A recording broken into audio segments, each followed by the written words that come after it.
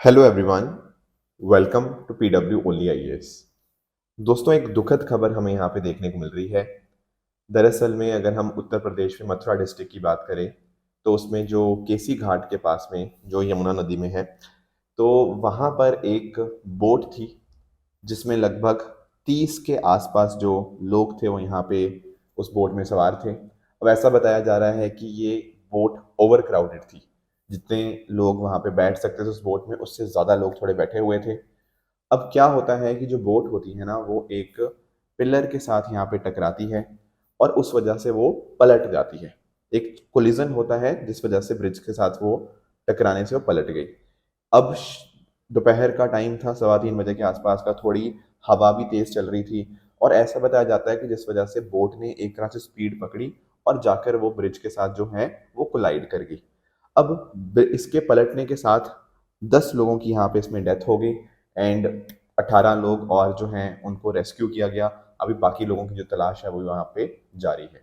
अब यहाँ पर जो भी लोग थे ना, वो सारे के सारे यहाँ थे, पंजाब में थे, जो यहाँ पर आए थे। तो बहुत ही दुखद घटना ये हुई है। देखो, इसमें जो भी रिस्पॉन्सिबल है, अगर मान लीजिए ये रीज़न था कि जो भी बोट वाला पर्सन था उसने ज़रूरत से ज़्यादा लोग बिठाए कि ठीक है चलो एक्स्ट्रा पैसा मिल जाएगा, तो उनको यहाँ पे थोड़ा देखना पड़ेगा ये चीज़ों के रिगार्डिंग, सो दैट कि ऐसे केसेस दोबारा ना हो। प्रॉपर रेगुलेशंस यहाँ पे पुट इन करने पड़ेंगे ताकि कोई हादसा मान लो हो भी जाता है तो एटलीस्ट लोगों की डेथ ना हो।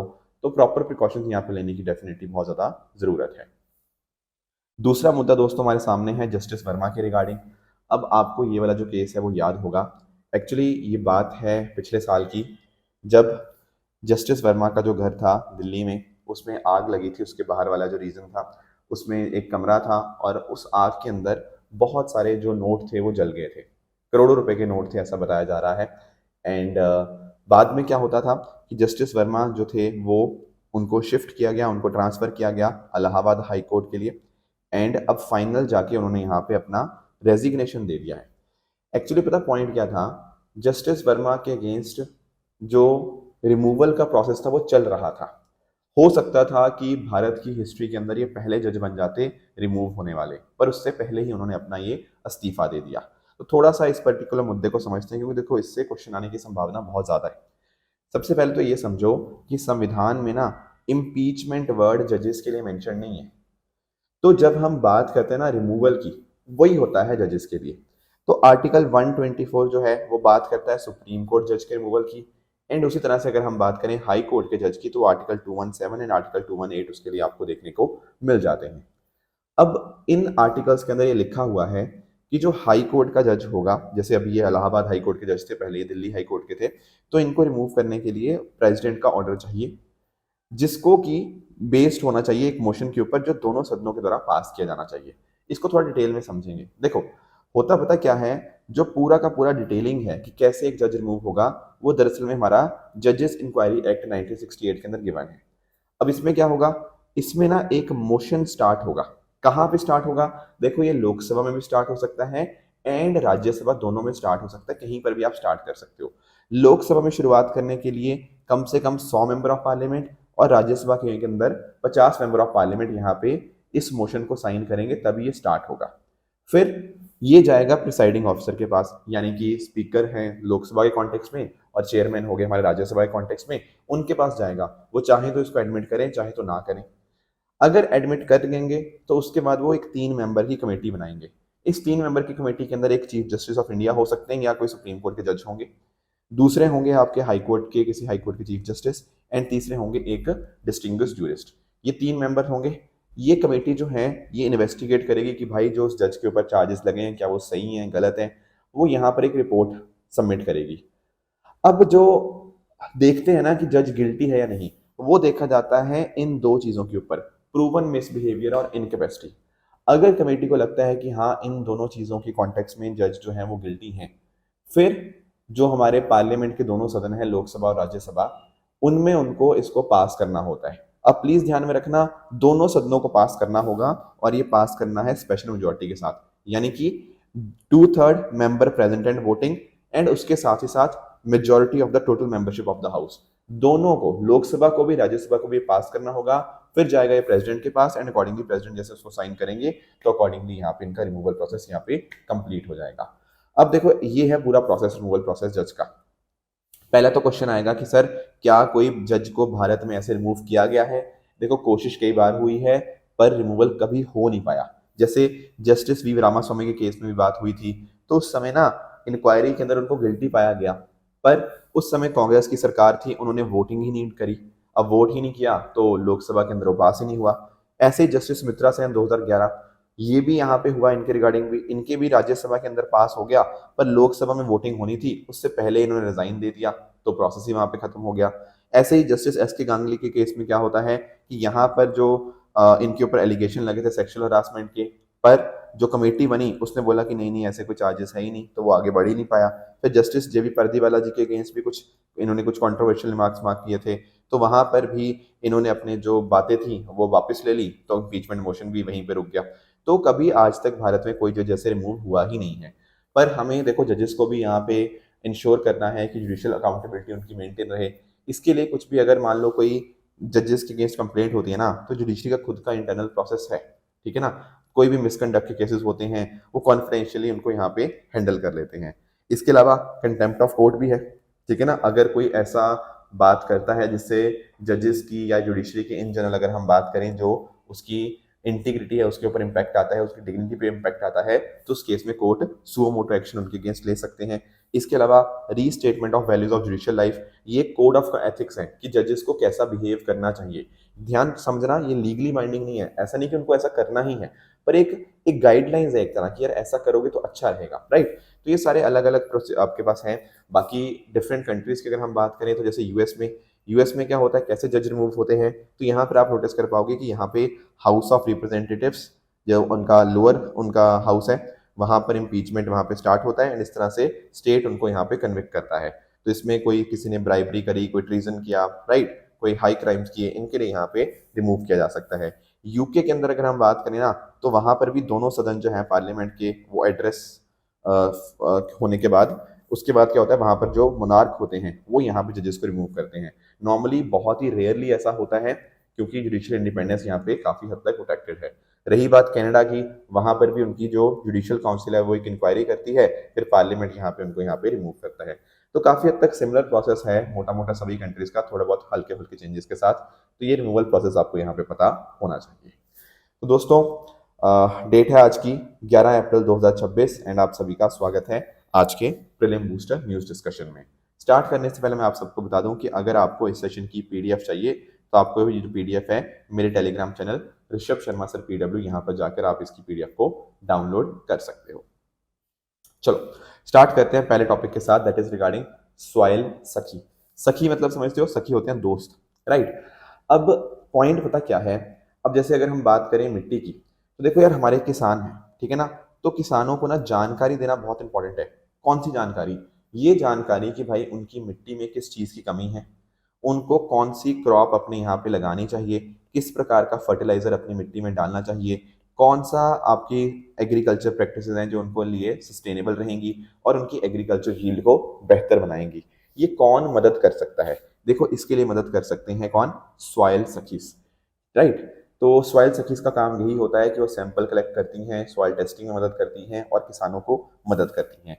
तो ये ट्रेंड रूरल महिलाएं होती हैं जो कम्युनिटी लेवल के ऊपर सॉइल एडवाइजर का काम करती हैं। बेसिकली किसानों के पास जो नॉलेज नहीं ना होती, उसको ब्रिज करने का काम, उसको कंबाइन करने का काम इनका यहाँ पे रहता है। तो इनको जो ट्रेनिंग दी जाती है वो मान देशी फाउंडेशन जो है, बेसिकली जो कि एक नॉन प्रॉफिट ऑर्गेनाइजेशन है, वो यहाँ पे मदद करती है अलग अलग ड्रॉट प्रोन रीजन्स, आपका महाराष्ट्र, गुजरात, कर्नाटका, वहां पर। तो इससे महिलाओं का भी एम्पावरमेंट होता है, and at the same time हमारे किसानों के लिए भी ये बहुत ज़्यादा बेनिफिशियल है। इससे फार्म प्रोडक्टिविटी बढ़ती है, फर्टिलाइजर का मिसयूज नहीं होता। तो सरकार ने भी अलग अलग इनिशिएटिव स्टार्ट किए हुए हैं सॉइल से, तो एक तो समझ आया। उसके अलावा 2015 में हमने सॉइल हेल्थ कार्ड जो स्कीम थी वो लेकर आए थे। इसके माध्यम से किसानों को उनकी मिट्टी टेस्ट करके अलग अलग बताते हैं कि कौन से न्यूट्रिएंट की उनमें कमी है। जैसे फॉर एग्जांपल इसमें मैक्रोन्यूट्रिएंट्स जो हैं, नाइट्रोजन, फास्फोरस, पोटेशियम, वो पता लग जाते हैं कितनी मात्रा में है। सेकेंडरी न्यूट्रिएंट सल्फर का पता लग जाता है, zinc, iron, copper, manganese, boron micronutrients हो गया। इसके अलावा कितनी एसिडिटी है उस पर्टिकुलर सॉइल की, इलेक्ट्रिकल कंडक्टिविटी, ऑर्गेनिक कार्बन कितना है।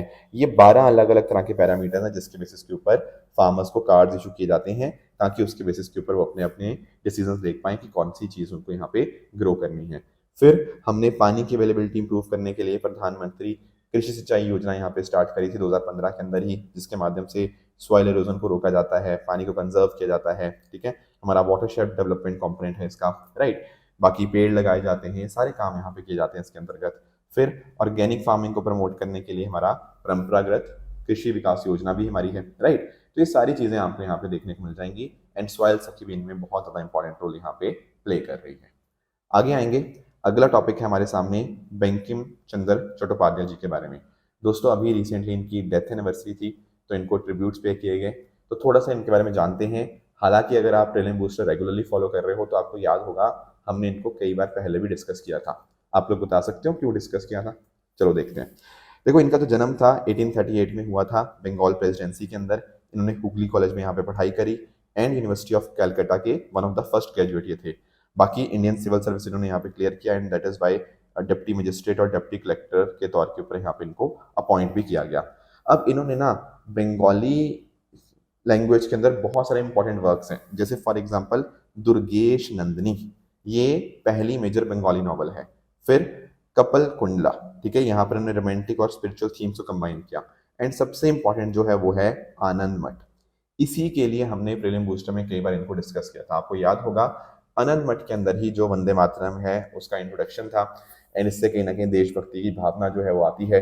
काफी कंट्रोवर्सीज उठी थी वंदे मातरम के रिगार्डिंग, लास्ट ईयर पार्लियामेंट में डिबेट भी हुआ था उसके अंदर, राइट। तो तब हमने इसको बहुत ही एक्सटेंसिवली तब भी डिस्कस किया था वंदे मातरम के कॉन्टेक्स्ट में, वो सारी बातें आपको यहाँ पे याद होंगी। बाकी इनके और इम्पॉर्टेंट वर्क्स की बात करें तो देवी चौधरानी जो है, ठीक है, इसमें वुमेन एम्पावरमेंट की इन्होंने बात करी। तो काफी सारे अलग अलग लीडर जैसे श्री अरबिंदो, महात्मा गांधी, रविंद्रनाथ टैगोर, इनको इन्फ्लुएंस किया बंकिम चंद्र चट्टोपाध्याय जी ने। एंड डेफिनेटली जो इनका वंदे मातरम था, ठीक है, उसको हमने नेशनल सॉन्ग के तौर के ऊपर यहाँ पे अडॉप्ट किया था इन जनवरी 24 1950, यानी कि 26 जनवरी से पहले यहाँ पे हमने इसको अडॉप्ट किया था। तो ये कुछ ऐसी बातें हैं जो आपको यहाँ पे इनके कॉन्टेक्स्ट में पता होनी चाहिए। आगे आएंगे दोस्तों, नेक्स्ट टॉपिक हमारे सामने है रिगार्डिंग GLP-1 थेरेपी। देखो अगर आप प्रीलिम बूस्टर रेगुलरली फॉलो करते हो ना, मैंने कई बार आपको डायबिटीज के बारे में सिखा समझाया है। डायबिटीज में देखो टाइप्स तो ऐसे कई सारी हैं, पर दो मेजर टाइप्स जो होती हैं वो होती है टाइप 1 और एक होती है टाइप 2। टाइप 1 में क्या होता है? देखो टाइप 1 में ना हमारा जो बॉडी है वो इंसुलिन प्रोड्यूस ही नहीं करती। बेसिकली जो इम्यून सिस्टम है वो इंसुलिन वाले जो सेल्स होते हैं, इंसुलिन बनाने वाले सेल्स होते हैं, उसको डिस्ट्रॉय करता है। ये होता है टाइप 1। टाइप 2 में देखो इंसुलिन तो प्रोड्यूस होता है पर बॉडी ना इंसुलिन रेजिस्टेंट हो जाते हैं, यानी कि सेल्स जो है वो प्रॉपरली यहाँ पे रिस्पॉन्ड नहीं कर पाते। इंसुलिन बनता जरूर है यहाँ पे पर हमारी बॉडी उसका इस्तेमाल नहीं कर पाती, राइट। और आपको पता भी होगा कि जैसे टाइप 2 डायबिटीज हैं ये ज़्यादातर उन लोगों को होती है जो थोड़े ओवरवेट होते हैं, ओबेसिटी जिनको होती है, राइट। बट अगर अच्छी डाइट रखी जाए तो टाइप 2 को मैनेज किया जा सकता है। अब इसमें एक कॉन्सेप्ट आपको समझना है, वो है GLP-1 का। और मैं यहाँ बात किस चीज़ की करूँगा? मैं यहाँ पे बात करूँगा आपके टाइप 2 डायबिटीज़ की, क्योंकि मैंने आपको बोला ना टाइप 2 डायबिटीज़ को मैनेज कैसे कर सकते हैं आप लोग अच्छी डाइट के साथ। तो समझना यहाँ पे होता क्या है। देखो जैसे हमारी बॉडी में ना एक हार्मोन होता है जिसको हम बोलते हैं GLP-1, ठीक है। क्या है सर इसकी फुल फॉर्म? देखो इसकी फुल फॉर्म होती है ये ग्लूकागॉन लाइक पेप्टाइड 1, ठीक है। अब ये जो हार्मोन है ना ये क्या करता है, ये हम जब कोई चीज खाना खाते हैं ना ये बता देता है कि हाँ हमारा पेट एक तरह से भर गया। तो अगर हम देखो एक ऐसी मेडिसिन खाएं जो GLP-1 को एक तरह से मिमिक करें, बिल्कुल उसको रेप्लिकेट करें, तो क्या होगा? जैसे ही हम कुछ ये मेडिसिन लेते हैं तो हमारी बॉडी में इंसुलिन जो है ना वो सिक्रीट होगा, ठीक है। तो उससे पेनक्रियास क्या करेगा? इंसुलिन जो है वो रिलीज करेगा, ठीक है। अब अकॉर्डिंगली उसके बेसिस के ऊपर जो ग्लूकागन हार्मोन होता है ना उसको कम कर देगा। उसके बेसिस पे हमारी बॉडी को लगेगा कि यार हाँ हमारा पेट तो भरा भरा है, समझे? क्योंकि पता क्या किया इसने, इसने जो खाना था स्टमक से लेकर इंटेस्टाइन तक जाने का उस प्रोसेस को स्लो कर दिया। तो हमारे बॉडी को लगता रहेगा कि यार हमारे पेट तो भरा हुआ है, भूख हमें कम लग रही है। और अगर हमारी भूख कम लग रही है तो उससे कहीं ना कहीं क्या होगा, हमें उतना ज़्यादा हम नहीं खाएंगे एंड उस बेसिस के ऊपर हमारा जो मोटापा है वो धीरे धीरे करके यहाँ पे कम होगा। तो थोड़ा सा इसको समझते हैं कि जो ग्लूकागॉन लाइक पेप्टाइड 1 थेरेपी है ये क्या है। ये आपका इंक्रेटिन बेस्ड ड्रग्स हैं जो नेचुरल हार्मोन हमारी बॉडी के अंदर है ना उसको मिमिक करती है, मिमिक करते हैं, उसको कॉपी करती हैं, ठीक है ना। उससे टाइप 2 डायबिटीज और मोटापा जो है वो यहाँ पे मैनेज हो जाता है, राइट। एंड इसका मैकेनिज्म क्या होता है, मैकेनिज्म यही है कि पहले आपका इंसुलिन सेक्रेट होगा, जो ग्लूकाजन रिलीज है ना उसको कम कर दिया जाएगा, उसको सप्रेस कर दिया जाएगा। ये सप्रेस मतलब इंसुलिन रिलीज ज्यादा होगा, ग्लूकाजन रिलीज जो है वो कम होगा। उससे आपका पेट खाली धीरे धीरे होगा, आपको भूख कम लगेगी, एंड अकॉर्डिंगली आपका यहाँ पे जो मोटापा है, आपका वेट लॉस है, वो यहाँ पे अच्छे से हो पाएगा। यही है इसका यहाँ पे तरीका। अब ये खास करना उन लोगों के लिए ज्यादा बेनिफिशियल हो जाता है जो थिन फैट फिनोटाइप है। अब पॉइंट आता है ये थिन फैट क्या होता है। देखो काफी सारे लोग ना देखने में पतले लगते हैं, उनका बॉडी मास इंडेक्स कम होता है, पर उनके ना देखो जो पेट है, पेट उनका बाहर निकला होता है, मतलब बाकी बॉडी में कुछ नहीं है, मतलब बाकी बॉडी में कोई मसल वगैरह है नहीं, पर पेट उनका यहाँ पे निकला होता है। तो इंडियंस में, साउथ एशियन में ये चीज़ बड़ी कॉमन होती है कि मसल मास उतना नहीं है, पर बाकी जगह मतलब फैट जो है वो यहाँ डिपॉजिट हो जाता है। तो उनके लिए ऐसा बताया जाता है कि जो GLP-1 थेरेपी है ना, ये बहुत ज़्यादा इफेक्टिव हो सकती है। जैसे आजकल ना बहुत ज़्यादा इसके अलग अलग तरह की मेडिसिन ड्रग्स वगैरह आ रही हैं, आपने ओजेम्पिक का भी सुना होगा। तो पॉइंट पता क्या है, इंडिया में आज के टाइम ये बहुत ज़्यादा पॉपुलर हुई है, इवन इंडिया बाकी और कंट्रीज के अंदर। पॉइंट आता है ऐसा क्यों। देखो एक ना आपको मेडिसिन के बारे में यहाँ सॉरी इंजेक्शन के बारे में पता होना चाहिए, दैट इज सीमाग्लूटाइड। अब पॉइंट पता क्या था, आप लोग जानते होंगे कि हम जब फार्मास्यूटिकल इंडस्ट्री की बात कर रहे हैं, वहां पर पेटेंट्स बहुत ज़्यादा इंपॉर्टेंट हो जाते हैं। जब किसी पर्टिकुलर कंपनी के पास कोई पेटेंट होता है तो और कोई उस सेम प्रोडक्ट को यहाँ पे नहीं बनाता। अब अभी क्या हुआ है ना, सीमाग्लूटाइड का जो पेटेंट था वो एक्सपायर किया। अब इसकी एक्सपायरी जब हुई पेटेंट की, तो अलग अलग तरह की बहुत सारी जेनरिक मेडिसिन जो थी, जो सेम GLP-1 प्रोसेस को फॉलो करती हैं या फिर GLP थेरेपी 1 को फॉलो करती हैं, उसके माध्यम से बहुत सारी मेडिसिन मार्केट में आई, और अब ये चीज़ बहुत सस्ती हो चुकी है। तो यही है GLP-1 ड्रग्स। तो पहली जो GLP-1 मेडिकेशन थी उसको अप्रूव किया गया था बाय US FDA जो है, United states food and drug administration, 2005 के अंदर। भारत के अंदर इन ड्रग्स को यहाँ पर प्रिस्क्राइब करना सिर्फ डॉक्टर्स के हाथ में ही है। ऐसा नहीं है कि आप दुकान पे गए और आपने बोला कि मुझे ये दवाई दे दो, नहीं, ऐसे नहीं। ओवर द काउंटर यहाँ पे आप इनको परचेज नहीं करते। WHO की एसेंशियल मेडिसिन लिस्ट के अंदर भी यहाँ पे इनको इंक्लूड किया गया है। बाकी जैसे मैंने आपको बताया कि सीमाग्लूटाइड की पेटेंट एक्सपायरी के साथ अफोर्डेबिलिटी बढ़ी है, आम लोगों तक भी यहाँ पे ये जो मेडिसिन है वो पहुँच पाई हैं। मार्केट कॉम्पिटिशन यहाँ पे इंप्रूव हुआ क्योंकि अब कम दाम के अंदर चीज़ें मिल रही हैं, एंड लोगों के अंदर अच्छे हेल्थ आउटकम भी आएंगे कि वो अपनी मोटापे को वो यहाँ पे मैनेज कर पाएंगे। एंड इस तरह से ये पूरा ये सिस्टम GLP-1 थेरेपी की वजह से यहाँ पे चेंज हुआ है। नेक्स्ट टॉपिक है हमारे सामने, that is regarding growth outlook amid West Asia conflict. दोस्तों वर्ल्ड बैंक ने ना अभी रिसेंटली रिपोर्ट निकाली है, और उसमें उन्होंने ये बताया है कि देखो भारत की जो FY27 की ग्रोथ है ना, वो पहले इनको लगता था कि 7.2% से इंडिया ग्रो करेगा, पर अब उन्होंने बताया कि नहीं, इंडिया केवल 6.6% से ग्रो करेगा। अब आप लोग सोच रहे होंगे कि इतना कम क्यों कर दिया भारत की ग्रोथ को 7.2 से 6.6। इसका रीजन है यहाँ पे कि जो वेस्ट एशिया के अंदर कॉन्फ्लिक्ट आया है, उसकी वजह से भारत के ऊपर इम्पैक्ट अभी आ भी रहा है और आगे जाके और आ सकता है। क्योंकि देखो इससे कहीं ना कहीं एनर्जी सप्लाई पे इम्पैक्ट आता है, इंडस्ट्रियल एक्टिविटी स्लो हो जाती है, बहुत सारी इंडस्ट्रीज बंद हो जाती हैं क्योंकि उनको यहाँ पे या तो LPG नहीं मिलता, किसी पर्टिकुलर जगह पे प्लास्टिक नहीं मिल रहा उनको, उनके रॉ मटेरियल्स नहीं आ रहे पीछे से, इस चक्कर में इंडस्ट्रीज को बहुत ज़्यादा नुकसान हो रहा है। बट इंडिया अच्छी सिचुएशन में पता क्यों था, क्योंकि देखो इंडिया में फाइनेंशियल ईयर 26 में हमने अच्छा किया, डोमेस्टिक डिमांड हमारी अच्छी है, हमने कुछ ऐसे अच्छे अच्छे रिफॉर्म्स लेकर आए हैं जिनसे ग्रोथ प्रमोट होती है, तो इस वजह से इंडिया अच्छी सिचुएशन में है। बट वेस्ट एशिया कॉन्फ्लिक्ट की वजह से हमारी यहाँ पे ग्रोथ थोड़ी कम होगी। एंड सिर्फ इंडिया की बात ही नहीं है, अगर हम ओवरऑल साउथ एशिया की बात करें, तो जो हमने पहले सोचा था कि साउथ एशिया 7% से ग्रो करेगा, अब वो साउथ एशिया 6.3% से यहाँ पे ग्रो करेगा। बाकी आप लोग जानते होंगे स्टैटिक पोर्शन तो आपने पढ़ा ही है GDP के बारे में, राइट। GDP में हम नॉमिनल GDP देखते हैं जो कि हम करंट मार्केट प्राइस पे भी देखते हैं, और रियल GDP में हम क्या करते हैं, हम कांस्टेंट मार्केट प्राइसेस के ऊपर हम यहाँ पे देखते हैं इसको, और इसको इन्फ्लेशन के लिए एडजस्ट यहाँ पे किया जाता है। बाकी ये सारे तो स्टैटिक का ही पार्ट है। GDP में क्या देखते हैं हम, C+I+G+NX, ठीक है।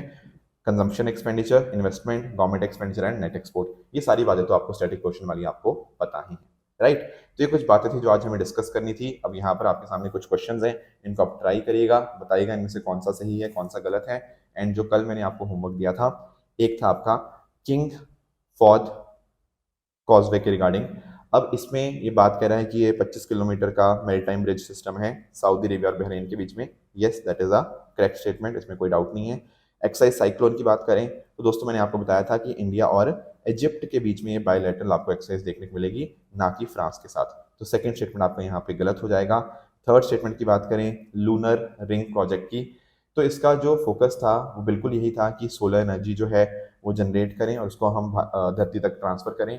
पॉइंट यही था कि धरती पर सोलर पैनल लगाने की बजाय हम स्पेस में उनको लगाएं, that was the focus, and इसलिए ये स्टेटमेंट अपने आप में करेक्ट बन जाएगा। और जो पेलियो साइंसिस की जब हम बात करते हैं ना, तो नए मिनरल्स ये डेवलप नहीं करता, बल्कि जो अर्थ का पास्ट है वो कैसे कैसे चीजें हुई, कैसे कैसे चीजें फॉर्मेशन हुई, तो पास्ट की स्टडी करता है, इसलिए स्टेटमेंट अपने आप में इनकरेक्ट बन जाएगा। तो ये कुछ बातें थी जो आज हमें डिस्कस करनी थी। इसी तरह से आप सब लोग हार्डवर्क करते रहिए। All the very best. Thank you so much. जय हिंद।